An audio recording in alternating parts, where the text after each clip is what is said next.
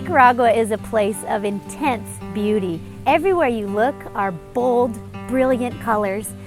The people are just bold and vibrant, but the contrast is rather stark because as I look around, the poverty and the need is intense as well.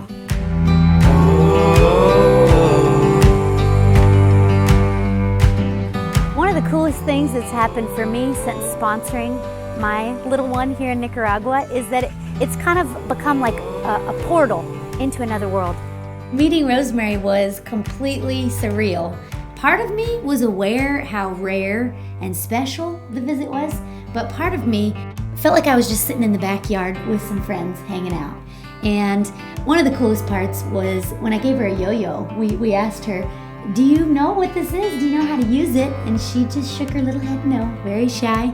And so I got the opportunity to take the yo-yo in my finger and show her, and then to watch her do it for the very first time and see that thing unwind to the ground and her eyes just lit up.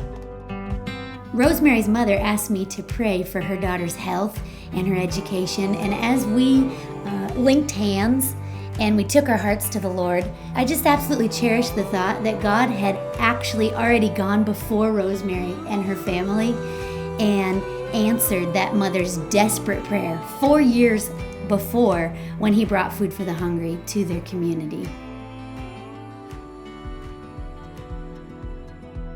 To see these communities when Food for the Hungry first comes in and where they're at, and then to see communities that Food for the Hungry has been in for a while. The medical care, the education, how to properly brush their teeth, how to properly wash their hands, how they're raising up leaders in those communities. What I love about FH is that they ask the question, what does the best life for this community look like?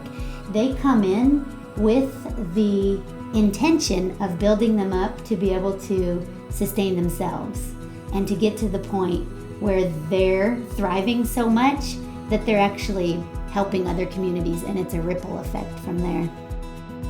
A lot of people think that sponsorship is about giving money, and money is really important in providing for needs, but the relationships that you build with your sponsor child, now that is the true gift. And these kids, they need the same thing that we needed as kids. They need the same thing that our kids need. They need to be heard. They need to be seen. They need to be encouraged. They need hope and inspiration. And they just need to know that they're special and that they're loved. And that is what our presence in their life provides. That is what your presence in their life can provide.